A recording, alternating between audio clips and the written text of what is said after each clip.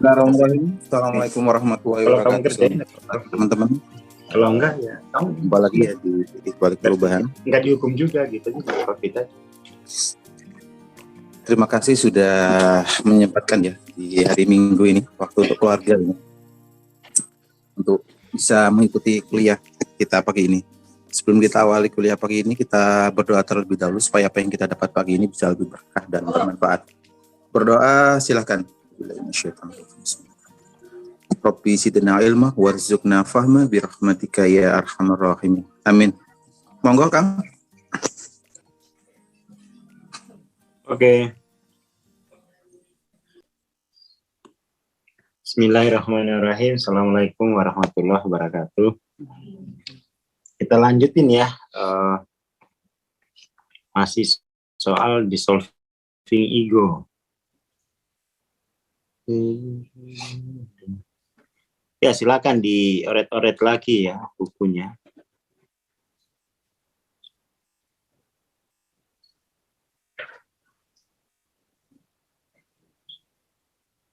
Jadi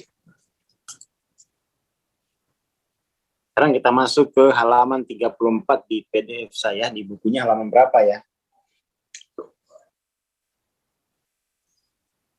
Yang kemarin 36. Di bukunya halaman 36 ya, silakan. Ini ada pertanyaan dan jawaban. Benarkah program-program ego tidak berlangsung kecuali diam-diam dinikmati? Artinya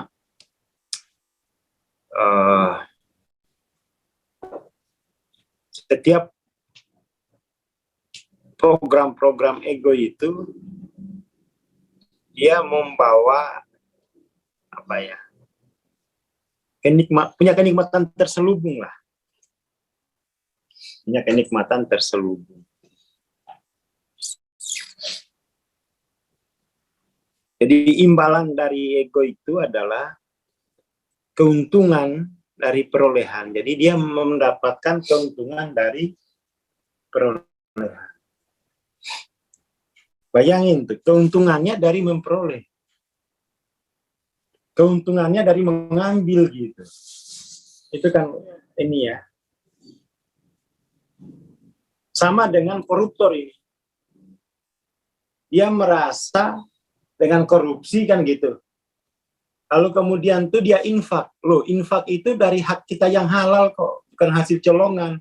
Kalau misalnya uang korupsi kita kembalikan, ya itu bukan infak, itu mengembalikan hak orang lain kan gitu ya. Tapi bagi koruptor tuh bahwa uang hasil korupsi itu saya infakkan loh. Itu bukan infak. Ya kan? Tapi ego mendapatkan, jadi dia ya seperti itulah kurang lebih ego itu. Orang miskin nggak bisa infak, dia tahu bahwa infak itu memberikan kebahagiaan. Oke, katanya, saya setuju itu. Tapi yang diinfakkan tuh hasil curian.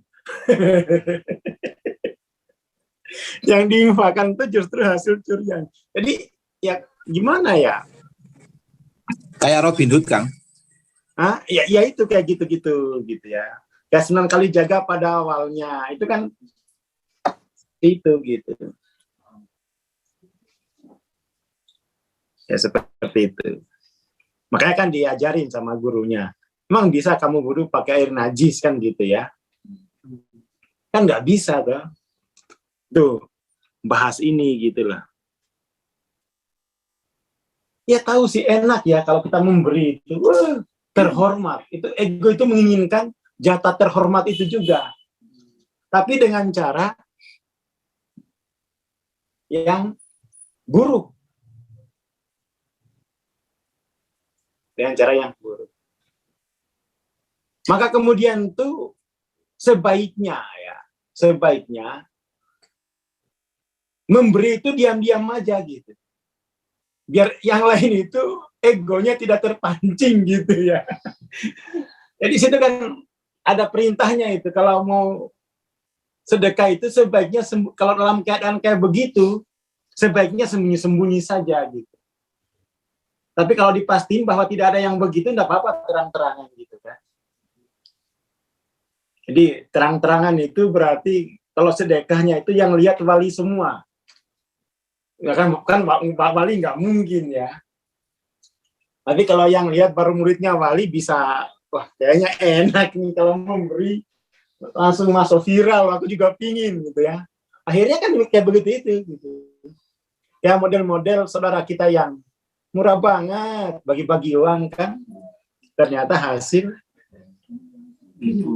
ya kayak begini ini gitu. Itu yang salah itu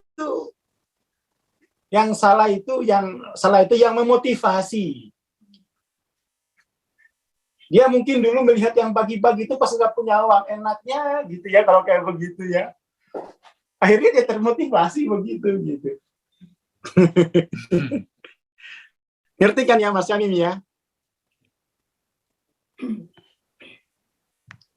Jadi hati-hati memang. Bahkan terhadap kebaikan pun juga, ya itu mesti ada ilmunya lah. Ya kan?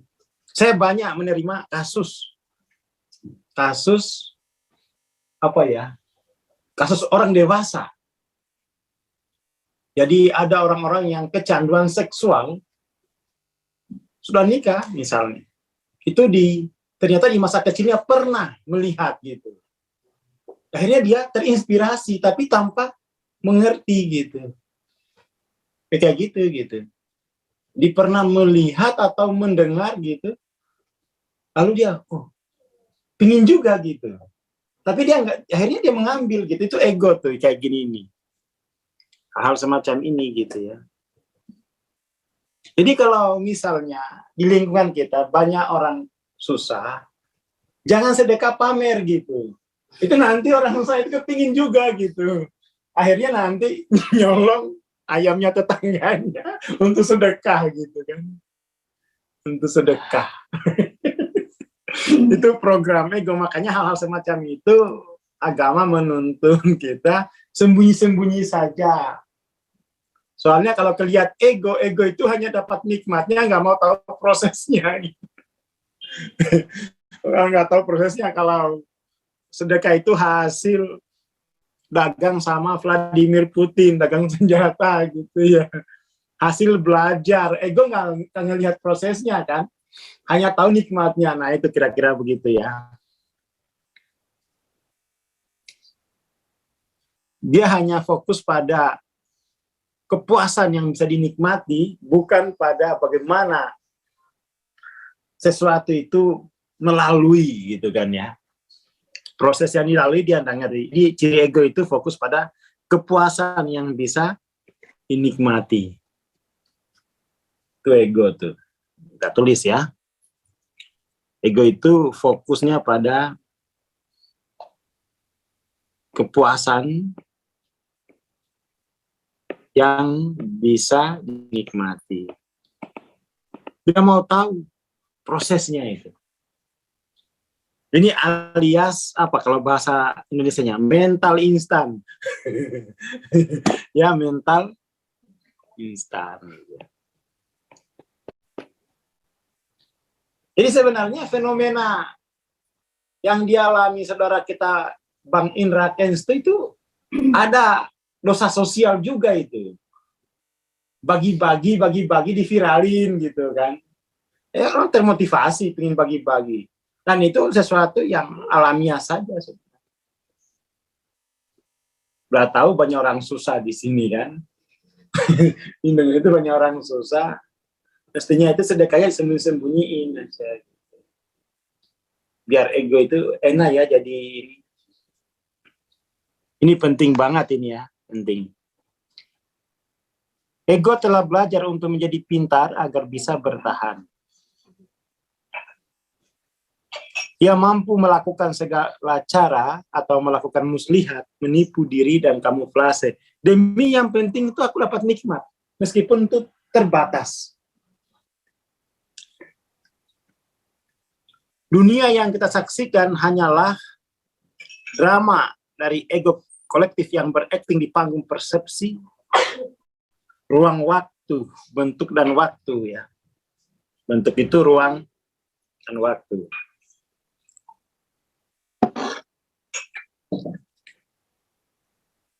Itu juga kan yang terjadi pada saudaranya Yusuf, ya kan?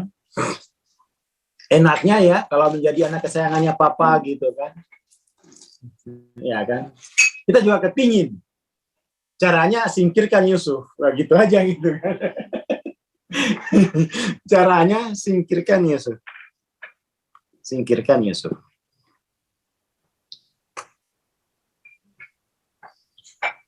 Jadi ya itu persoalan tersendiri gitu ya.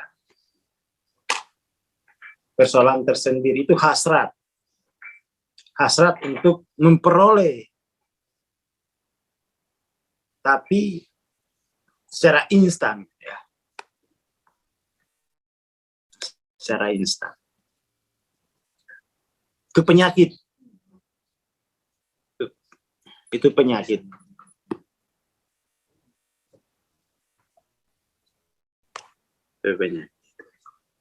Dan kita kayaknya secara sosial itu harus diatasi juga loh itu. Cuma kan itu ya agama yang mengajarkan itu kan ya. Pokoknya kalau sekiranya berbahaya bagi evolusi spiritual, sembunyikan aja sih. Toh kan dapat pahala juga dari Tuhan gitu. Itu yang nggak pernah diukur gitu. Jadi dalam apa namanya itu ya, dalam kewargaan sosial itu mestinya itu yang diukur orang lain, bukan niat kita yang diukur gitu kan. Kalau ke Tuhan yang diukur niat kita. Kalau ke orang lain tuh yang diukur kira-kira niatnya orang lain gimana tuh. Kan gitu mestinya kan. Jadi bukan kemudian tuh saya niatnya baik lah. Itu kalau ke Tuhan gitu.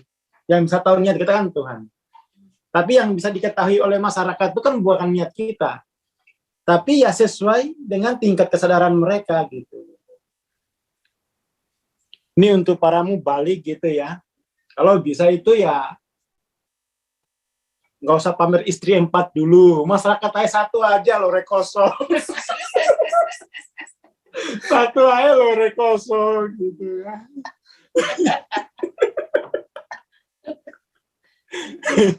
Ya ini ya jangan begitu dulu karena itu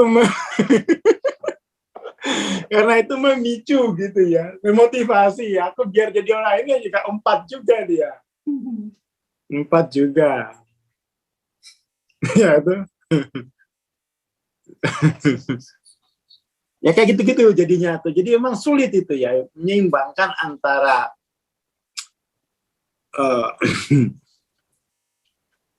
ini ada yang nanya nih, King jadi nikah lagi kapan? Ya walau alam bisa. Kayaknya sih enggak. Seneni Mas Camim Bendino. Si Jiereko kok nambah hanya karena motivasi dari teman-temannya.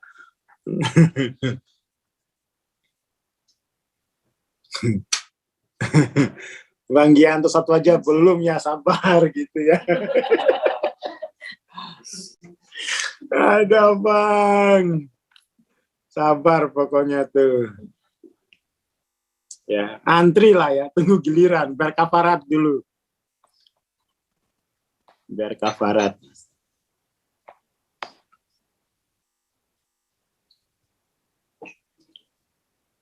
Ya, jadi ini memang apa? Kita harus sadar betul dengan polaritas di dalam jiwa kolektif itu kan. Kalau nggak sadar itu repot itu. Ya kan, makanya aku kalau pergi pakai sarung aja, nggak usah pakai yang bagus-bagus. Enak ya, biar pakai bagus-bagus. Akhirnya nyolong punya tetangganya. Ya nyolong punya tetangga kan biar seperti Bang Aswara. Ya itu. Itu tuh apa ya? Ya ilmunya kiai itu gitu, nggak pernah menonjol. Karena bahaya, pingin seperti kiainya. Apa salahnya coba? Aku ingin seperti idolaku. Kan nggak salah itu kan? Tapi itu berbahaya gitu. Berbahaya. Kelihatannya sih ya bagus, tapi kan seperti itu ya. Jadi yang punya kelebihan tuh nggak usah pamer, termasuk kelebihan lemak. Termasuk kelebihan lemak nggak usah pamer gitu ya, diedit. Ada Photoshop gitu kan ya. Nggak usah pamer. Biar Bang Aswar dulu baru saya, alah mulai nulis takdir. Mulai nulis takdirku. Oke, jangan nulis takdir Bang Yanto. Biar Allah aja yang bisa nulis takdir ya, kita mah nggak usah. Gitu. Jadi sesuatu yang jadi kalimat setelah saya itu takdirnya berarti itu. Itu harus disadari betul loh itu. Kalimat setelah saya itu adalah keterangan takdir. Makanya enggak boleh sayanya di depan. Biar takdirnya itu ngikut Tuhan aja gitu. Jadi kalau saya itu sudah ditempatkan di awal, itu takdirnya sudah selesai. Artinya sayanya itu sudah selesai dia. Sudah jadi objek, sudah jadi masa lalu gitu. Hati-hati nih ya, hati-hati menggunakan kata saya. Saya titik-titik. Ya, takdir sudah tertulis. Di situ dia mengambil tugasnya Rob yang menulis takdir. Ya tulis sendiri ya. Ya kan? Tulis sendiri. Meskipun takdir bagus. Nggak boleh ditulis sendiri. Bagaimana kemudian berarti itu? Sayanya jangan di depan. Sayanya tidak di depan. Gitu. Simpan di akhir. Simpan di akhir. Gitu ya. Jadi ini banyak hal yang harus kita pelajari sama-sama gitu ya. Banyak hal.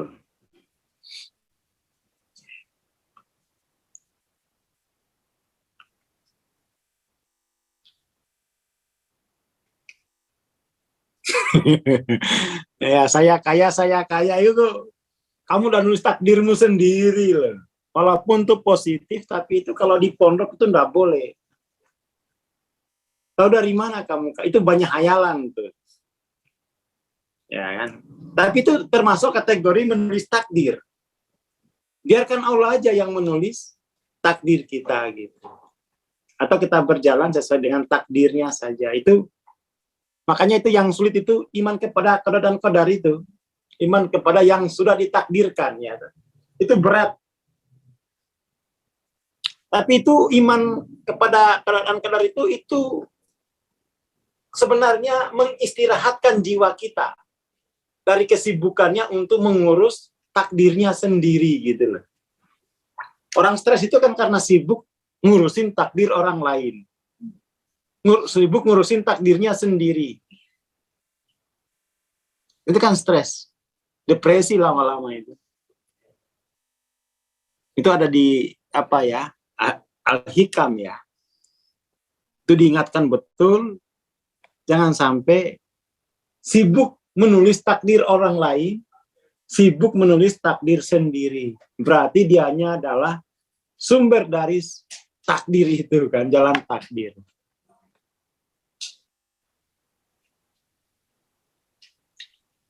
Itu yang berbahaya daripada kesimpulan dengan saya di depan gitu. Sayanya di depan, itu takdir berarti. Itu takdir.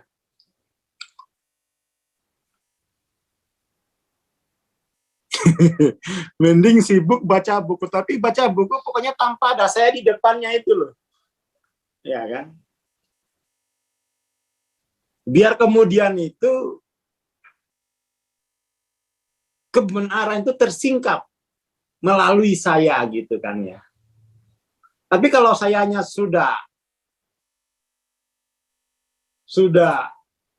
di depan, itu berarti kebenaran itu dari saya.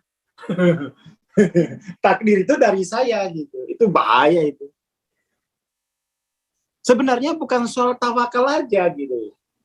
Itu soal pada kesadaran. Kesadaran akan takdir.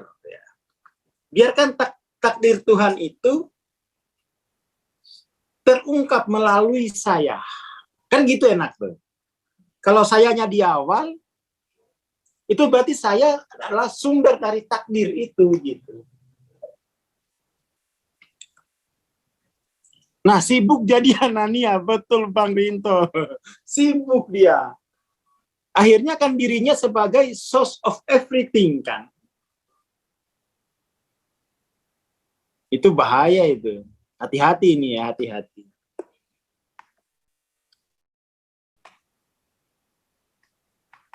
Hati-hati. Jadi jangan sibuk mengurus takdir sendiri, jangan sibuk mengurus takdir orang lain, tapi izinkan takdir Tuhan itu melalui diri kita. Gitu. Itu kan kemudian menghentikan main, ya, menghentikan kesibukan pikiran untuk menghasrati penderitaan atau untuk menghalukan masa depan gitu kan.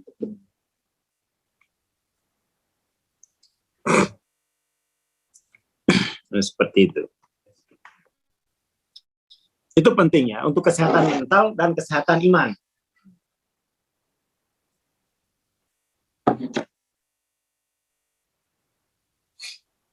Kalau nggak begitu, wah repot itu.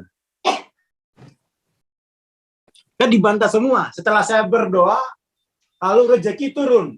Berarti Tuhan didikte oleh doamu.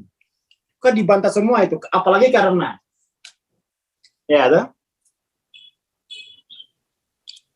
Oh, hilang Bang Aswarnya. Hilang kemana tuh? Suaranya Bang, bukan Bang Aswarnya. Koneksinya. Koneksinya. Bang Aswarnya aku kaget loh. Hilang kemana? Apa saya tadi di sana terus hilang gitu.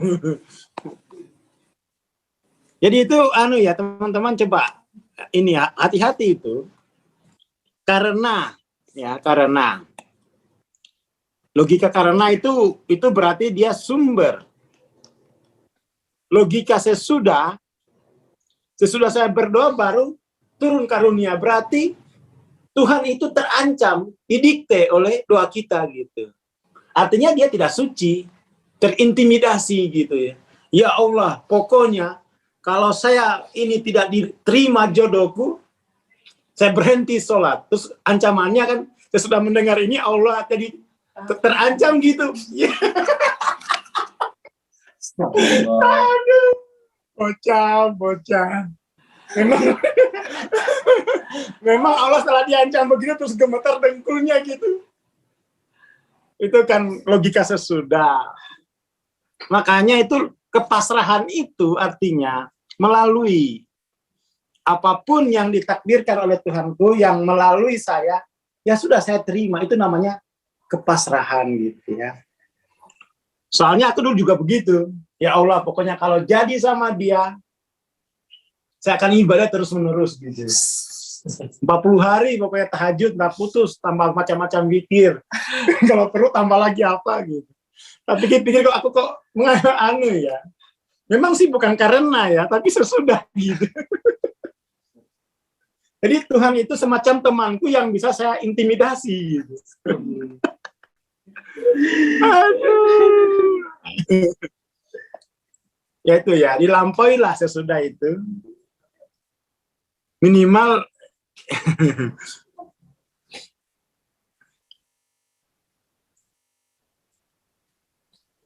saya pas belajar Al-Hikam jadi jarang berdoa. Lagi belajar sendiri nih. Belajar itu cari guru kan, yang belajar sendiri. Ya, jangan belajar sendiri kan oleh guru.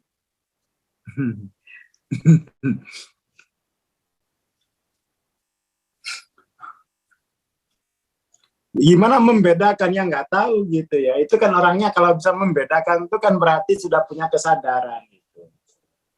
Jadi bukan soal bagaimana membedakan, tetapi bagaimana kemudian tumbuh kesadarannya dulu gitu loh. Itu yang paling penting ya. Jadi bukan bagaimana membedakan, itu kan langsung instan ya toh? Padahal belum tumbuh gitu. Pertanyaannya itu bagaimana menumbuhkan, nah itu dulu gitu. tak suruh riado nanti sampai tumbuh. Jadi itu kadang-kadang kita bertanya itu ya sudah punya tendensi tertentu gitu. Ya tuh. Selalu bagaimana seolah-olah itu sudah. Padahal kan belum. Tunggu aja belum, bagaimana mau bagaimana aja. Jadi kalau pertanyaan bagaimana itu diajukan jika asumsinya sudah ada. Tapi kalau belum ada, ya nah bisa bagaimana gitu. Ya kan? Nah, seperti itu. Jadi ini pinta hati-hati juga ini menggunakan pertanyaan itu ya. Kalau belum tumbuh kan terus mau bagaimana? Belum tumbuh. Jadi harus apa? Ya harus dikubur dulu dalam-dalam benih itu, semoga tumbuh. Kalau nggak tumbuh ya udah gitu. Seperti itu.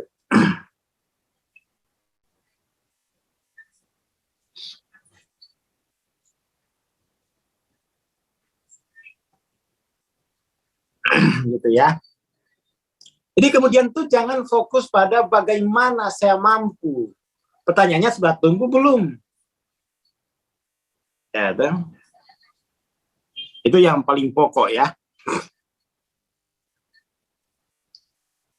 Ya, LOC itu enggak bisa kita euforia dengan LOC orang gitu. LOC itu untuk masing-masing. Itu apa namanya itu pertumbuhan jiwa masing-masing. Ngapain euforia dengan pertumbuhan orang lain? Gitu. Jadi LOC itu sesuatu yang bersifat sangat-sangat privat gitu. Jadi kalau ada orang LOC-nya 1000, so what? Kecuali kamu juga pingin belajar. Tapi kalau hanya euforia gitu-gitu.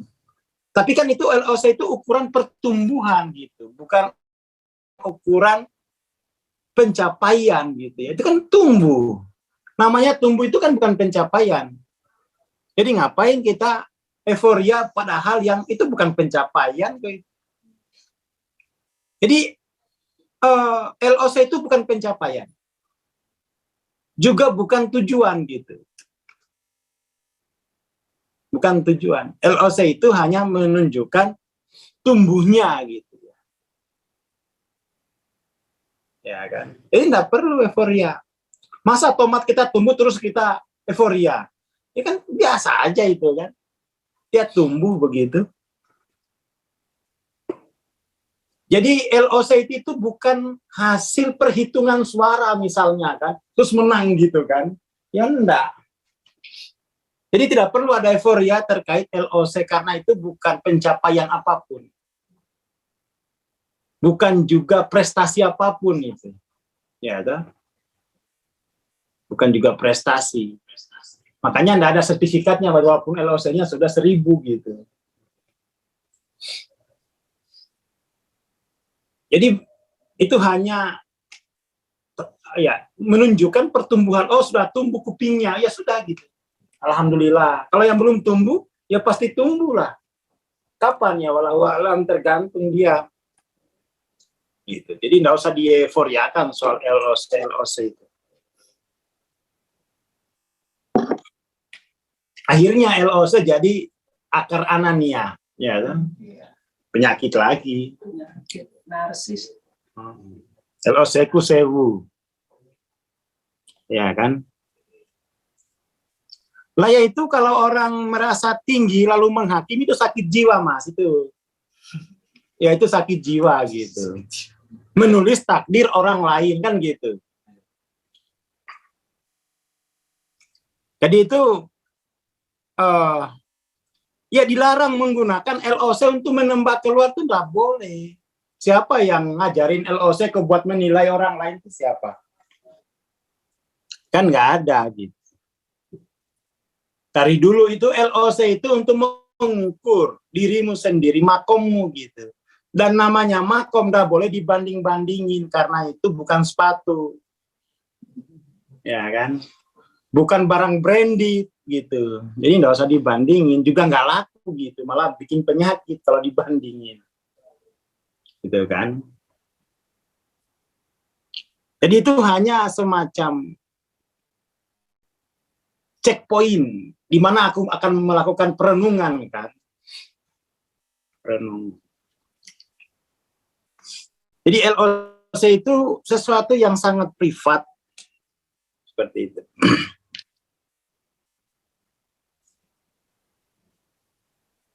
Yang sangat privat.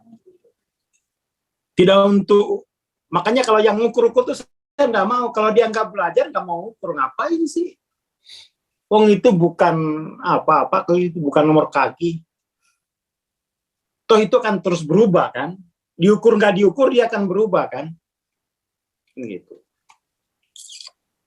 Makanya kalau yang nggak belajar saya nggak pernah mau ukur, walaupun dibayar. Lo ngapain? Ini nanti penyakit ini. Dia nggak belajar menggunakan istilah LOC, padahal kan dia nggak tahu gimana menggunakannya kan. Seperti itu.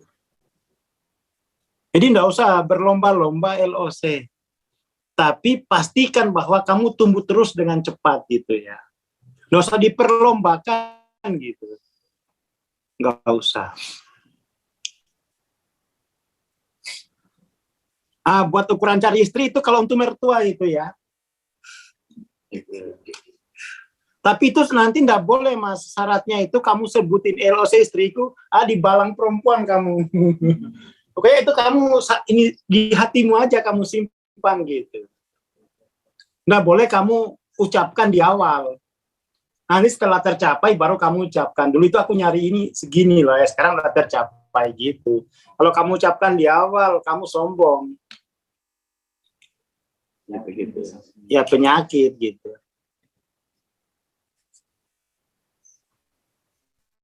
Penyakit. Jadi justru dengan belajar LOC itu kita belajar pasrah. Karena itu tidak bisa diucapkan ke orang gitu kan. Tetapi juga itu menunjukkan pertumbuhan kita pribadi lah itu. LOC itu kan semacam konfirmasi aku tumbuhnya sudah seberapa kan. Konfirmasi pertumbuhan ya toh. LOC itu kan bagi individu cara dia itu konfirmasi aja gitu. Konfirmasi pertumbuhan jiwa saya atau konfirmasi Anania, gitu aja deh pokoknya ya. Konfirmasi Anania saya gitu. Ini lebih bagus nih kalau dibilang konfirmasi keilahian, senang dia. Konfirmasi Anania aja. Nggak ada lagi besok ini yang ini. Karena itu mengkonfirmasi Ananianya gitu. Anania aku, wah ini paling tinggi ya, 175. Berarti itu Ananianya tinggi banget gitu kan. Ya jadi dipakai ini aja gitu, biar orang itu kemudian tidak menggunakan LOC untuk menghukum. Karena LOC itu adalah konfirmasi Anania, kan gitu aja. LOC 500 Ananianya masih ada gitu kan. 700 masih ada juga gitu kan. Masih ada. Gitu. Jadi ayo mari kita ya inilah kita pakai inilah ya. Mari kita pakai tuh. Kalau kita pakai keilahian tuh kayaknya bangga banget ya, padahal masih 200. Yang benar tuh ini, konfirmasi keananiahan masing-masing. Dan namanya Anania itu enggak ada yang baik. Ya kan, namanya Anania itu enggak ada yang baik. Mau banyak, mau sedikit sama aja kan. Nah gitu aja lah ya. Dan kita enggak ini. Ya, gradasi Anania gitu aja ya. Jadi, udah, itu aja. Siapa yang mau bangga-banggaan LOC, ayo. Namanya Anania itu baik sedikit maupun banyak, sama saja itu barang batal. Gitu aja. Jadi, tolong di-upload di masing-masing. LOC itu ternyata gradasi Anania. Ayo bangga-banggaan LOC. Udah ketahuan Ananianya gitu. Gitu saja. Jadi LOC itu semacam apa ya? Kalau dokter itu dia tahu. LOC itu sebenarnya kan hanya untuk yang ngajar itu. Untuk ngukur, oh ini aku harus ngasih ini lagi untuk Anania itu, kok ngasih ini gitu, kok ngasih. Makanya Hawking itu juga mendapat banyak kritikan ya, dengan LOC-nya itu. Karena pada akhirnya orang ya, tapi bukan salah Hawking ya. Salahnya yang belajar nggak tuntas gitu. Hanya belajar LOC dari peta kesadaran, nggak dari kaset-kaset Hawking yang lain. Seperti itu.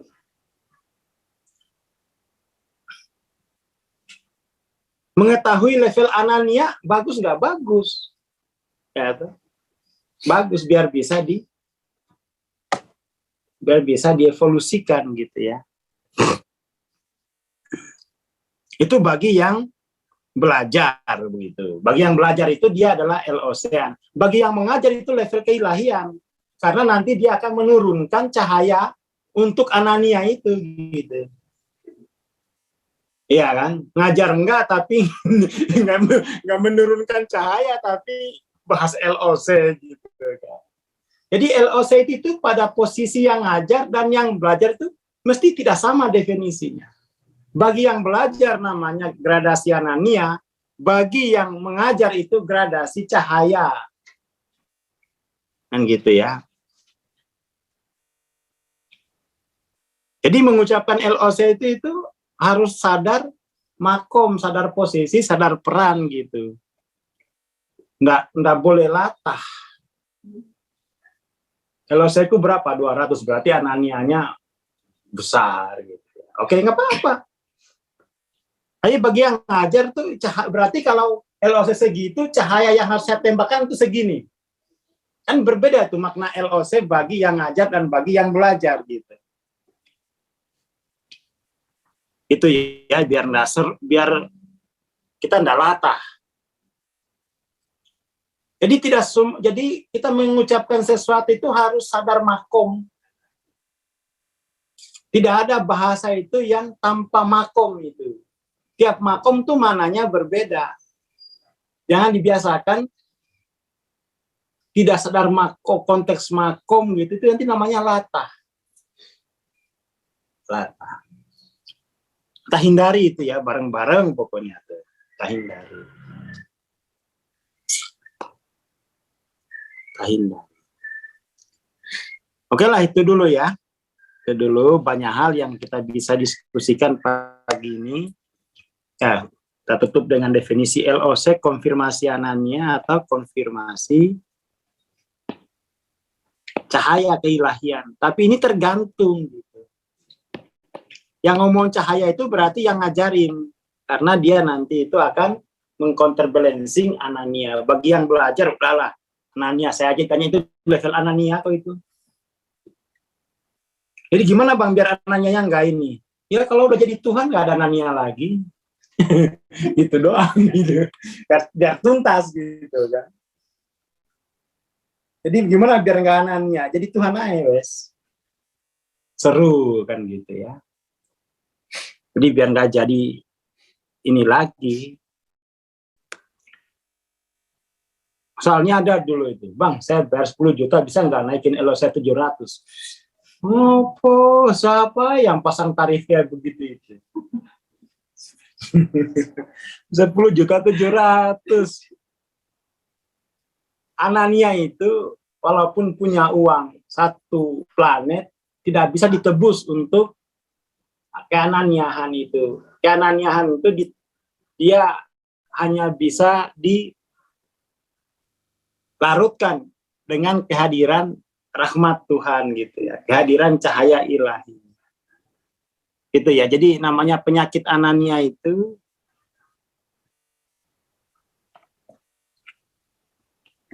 penyakit ke Anania hanya bisa disembuhkan oleh kehadiran cahaya ilahi atau hanya rahmatnya Allah nih yang bisa menyembuhkan penyakit ini. Jadi ngapain bayar saya 10 juta gitu? Kurang maksudnya.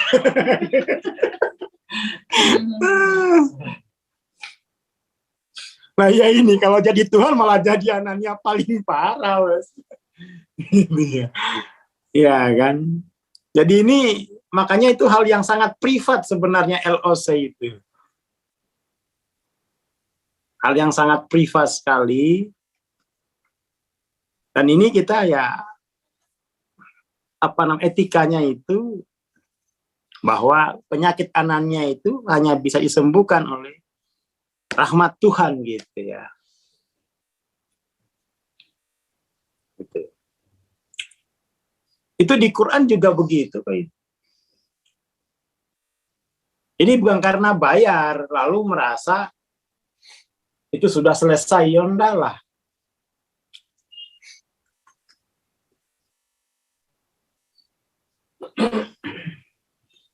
Nah, seperti itu. Jadi kalau menjadi Tuhan itu ya Anania level Tuhan itu udah. Anania level dewa kan. Tapi ini kita itu tidak terbiasa dengan wacana penyakit Anania ini. Gak ada sekolahnya kan. Kebutuhan untuk melarutkan Anania itu kan sebenarnya cuma satu obatnya.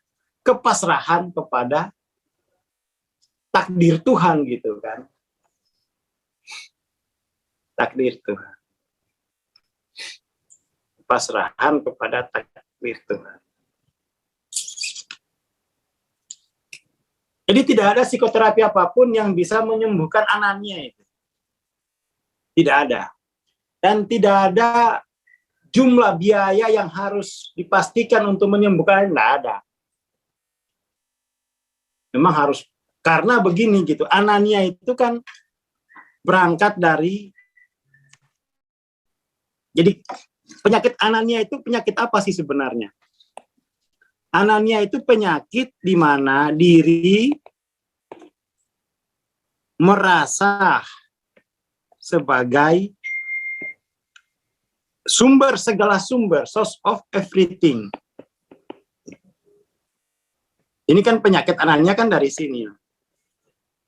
Obatnya adalah kembalikan sumber ini kepada yang hak.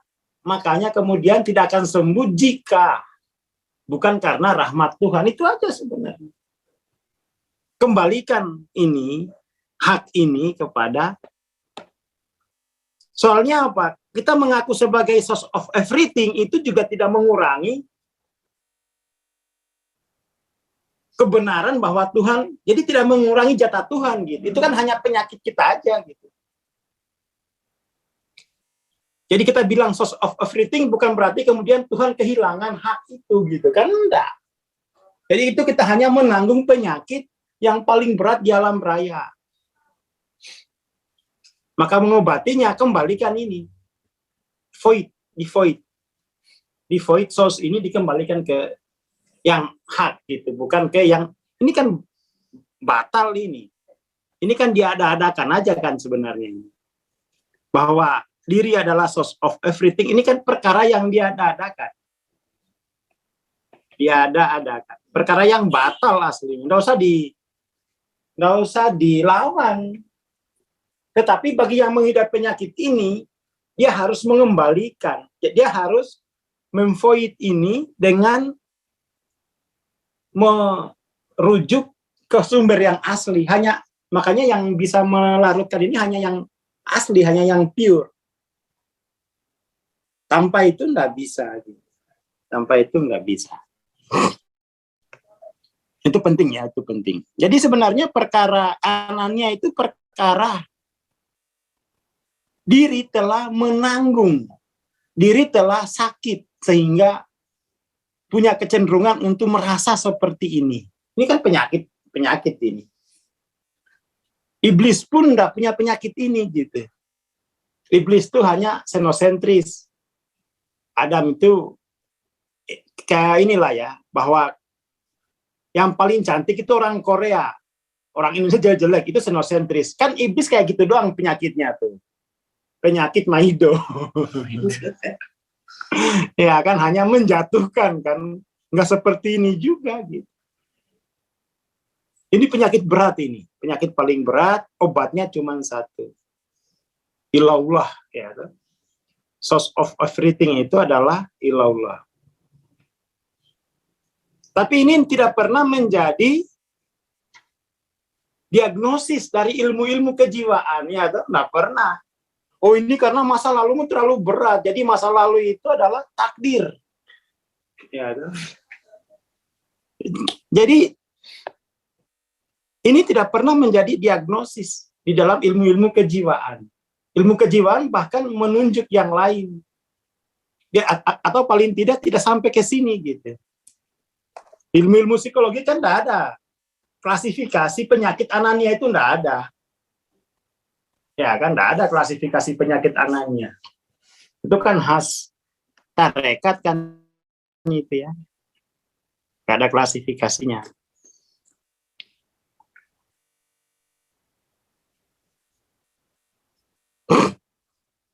Makanya ini kita, ya, orang itu kadang-kadang itu belum terbiasa lah. Ternyata ada penyakit anania ya. Dan itu tidak ada obatnya dia.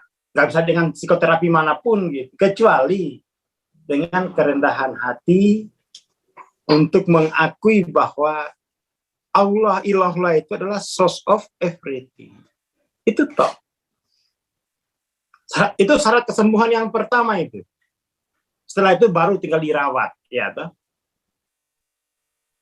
Tapi syarat pertamanya itu dulu pengakuan ilallah itu sebagai source of everything. Setelah itu tinggal dirawat gitu ya. Dengan ibadah-ibadah itu kan sebenarnya gitu aja. Seperti itu. Dan kita ya di DC itu ya itu aja, bahwa kita itu ada penyakit anania ini loh. Apa ini nggak mengambil wilayah kerja psikoterapi? Oh, enggak, psikoterapi itu bukan begini dalilnya kalau penyakit itu. Ya, tidak terdefinisi seperti ini. Kalau terdefinisi seperti ini, psikoterapi berarti ngambil dari tarekat. Lah, kita kan bertarekat. Punya tradisi gitu ya. Punya tradisi. Dan iya, syarat pertama itu ini, kembalikan bahwa ilallah itulah source of everything gitu ya. Nggak ada ya yang lain. Kadang-kadang malah kita berpikir itu masa lalu itu adalah akar masalah, ya kan? Ya iya, berarti masa lalu itu sudah jadi ilah. Karena menjadi sumber, ya, sumber penyakit. Harusnya kan bukan sumber, tapi melalui.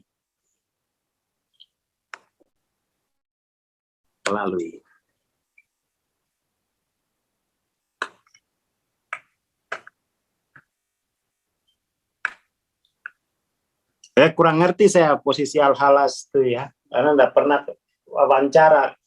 Kita kan tahu Al-Halas itu dari berita orang lain. Itu saya tidak bisa membahas Al-Halas dari pemikiran orang lain. Tidak pernah ketemu langsung, ngapain? Misalnya bagaimana Bang soal apa namanya itu, soal Stijenar, aku udah tahu ketemu. Jadi aku ya percuma juga gitu kan, pendapat saya sendiri bukan tentang Al-Halas, itu kan bukan Al-Halas kan, tapi itu tentang Al-Halas melalui saya. Lah ngapain? Akhirnya kan saya akan menuliskan juga takdir tentang Al-Halas gitu. Nggak pernah ketemu. Dari dulu saya kalau ditanya soal orang lain tuh, ya saya nggak tahu. Itu kan pengetahuan apa ya, know about gitu. Jadi pengetahuan yang sifatnya katanya, teorisasi gitu kan. Dan pengetahuan katanya itu tidak laku di dalam tradisi tarekat. Kita itu ketemu wajah. Kita kan itu ketemu wajah kan dengan guru itu yang kita terima, itu yang diakui gitu sebagai pengetahuan gitu. To know, bukan know about. Jadi itu ya ininya. Jadi kita kalau mau belajar tasawuf, tarekat itu harus pengetahuan to know. Wajah ketemu wajah. Bukan know about, wajah ketemu kulit sampul buku.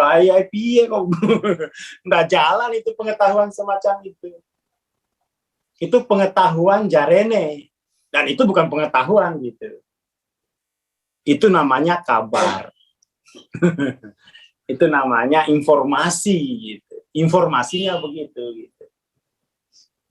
Jadi teman-teman yang tertarik sama spiritualitas itu usahakan pengetahuan langsung.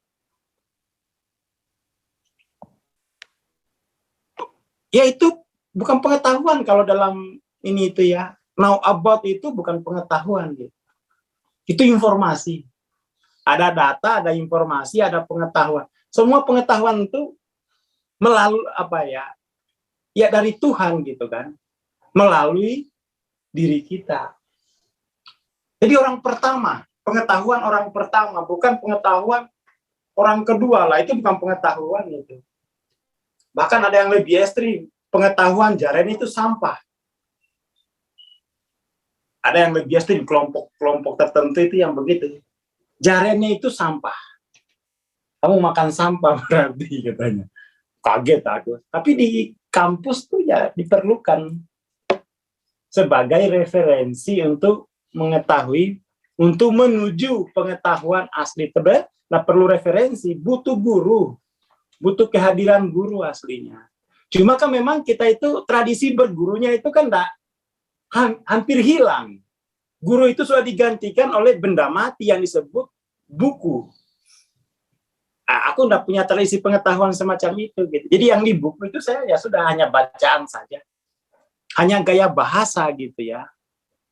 Hanya gaya bahasa itu bukan pengetahuan menurut saya. Itu hanya gaya bahasa. Namanya pengetahuan itu yang langsung melalui saya gitu. Jadi kita biar nggak habis umur karena diskusi soal ketuhanan. Utang di warung masih banyak gitu. Gitu ya kira-kira ya. Seperti itu.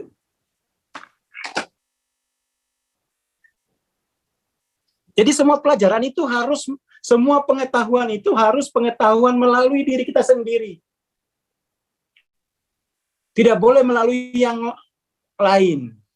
Dari Tuhan tentunya, dari Tuhan melalui diri kita. Itu baru pengetahuan tuh. To know gitu ya. To know itu gitu. Pengetahuan dari Tuhan melalui diri kita sendiri. Jadi apa namanya? Orang pertama ya, pengetahuan orang pertama.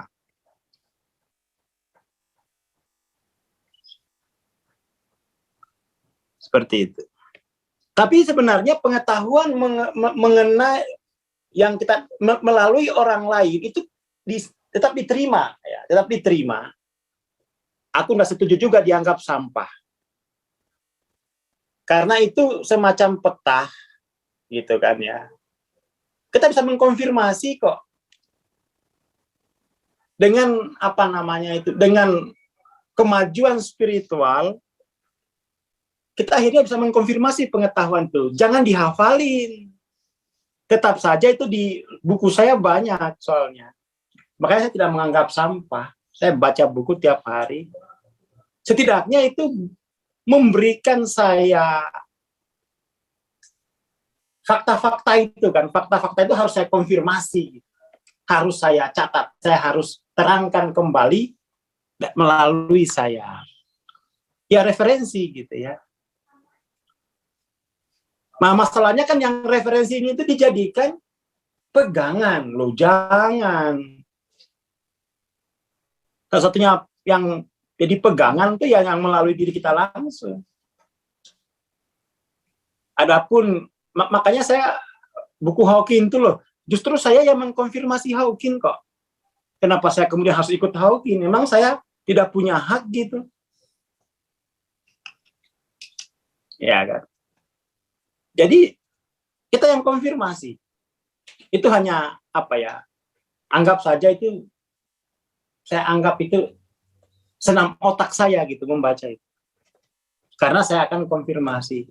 Kadang-kadang dari situ saya dapat, oh ini aku belum tahu gitu. Ini aku belum tahu. Aku nggak bisa konfirmasi, saya catat. Lalu ya akhirnya kan riado lagi kan. Riado lagi sampai itu gitu. Dan nggak sampah juga sebenarnya. tidak sampah juga. Dia membantu kita gitu ya.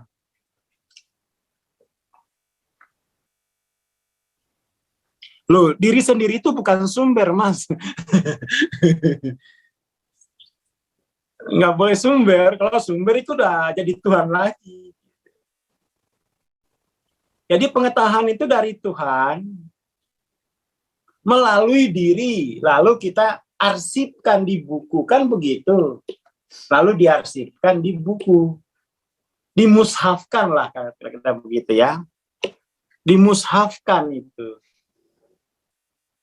Dimushafkan. Jadi jangan dianggap buku itu sumber pengetahuan lah, jadi Tuhan juga itu buku itu. Ya kan, jadi Tuhan. Saya kira itu ya, pagi ini alhamdulillah banyak hal yang, pokoknya itu kita kalau belajar kesadaran itu konfrontatif aja terus itu. Tapi berakhir dengan kejelasan gitu. Konfrontasi yang berakhir dengan kejelasan. Jadi jangan diambil hati konfrontasi itu, karena ketika konfrontasi subjeknya nggak boleh di awal, subjeknya itu di akhir gitu. Ya itu metode belajar kesadaran itu subjeknya di akhir, nggak boleh di awal. Kalau subjeknya di awal itu berarti subjeknya telah menulis takdir, kan gitu ya. Itu biar cepat progresif gitu.